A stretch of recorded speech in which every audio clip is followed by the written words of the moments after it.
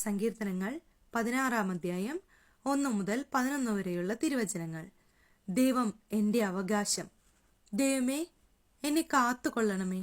ഞാൻ അങ്ങിൽ ശരണം വെച്ചിരിക്കുന്നു. അവിടുന്നാണ് എൻ്റെ കർത്താവ്.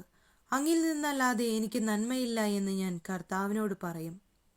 ലോകം വിശുദ്ധരെന്ന് കരുതുന്ന ദേവന്മാർ നിസ്സാരരാണ്. അവരിൽ ആനന്ദം കൊള്ളുന്നവർ അഭിശപ്തരാണ്. അന്യദേവന്മാരെ അനുഗമിക്കുന്നവർ തങ്ങളുടെ ദുരിതം വർദ്ധിപ്പിക്കുന്നു. ഞാൻ അവർക്ക് രക്തം കൊണ്ട് പാനീയബലി അർപ്പിക്കുകയില്ല. ഞാൻ അവരുടെ നാമം ഉച്ചരിക്കുകയില്ല. കർത്താവാണ് എൻ്റെ ഓഹരിയും പാനപാത്രവും. എൻ്റെ ഭാഗധേയം അവിടുത്തെ കരങ്ങളിലാണ്.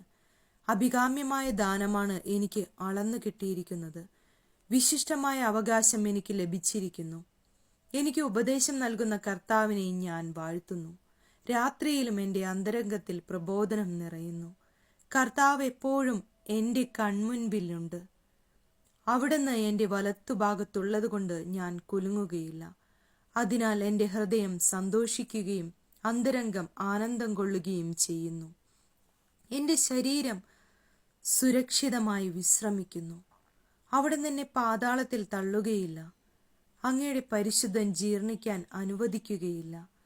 അങ്ങെനിക്ക് ജീവന്റെ മാർഗം കാണിച്ചു തരുന്നു. അങ്ങയുടെ സന്നിധിയിൽ ആനന്ദത്തിന്റെ പൂർണ്ണതയുണ്ട്. അങ്ങയുടെ വലത്തുകൈയിൽ ശാശ്വതമായ സന്തോഷമുണ്ട്.